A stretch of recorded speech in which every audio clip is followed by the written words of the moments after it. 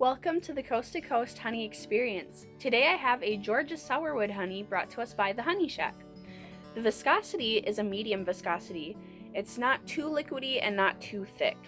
So you can check this by rolling it around and seeing how fast the bubble moves. Let's see how it tastes. It's very, very beautiful. My goodness. There we go. All right. Ooh, this is really, really good. It has a rich confectionery flavor with a hint of spice. Very, very good. Sourwood trees are native to Georgia and have a delicate white blossom.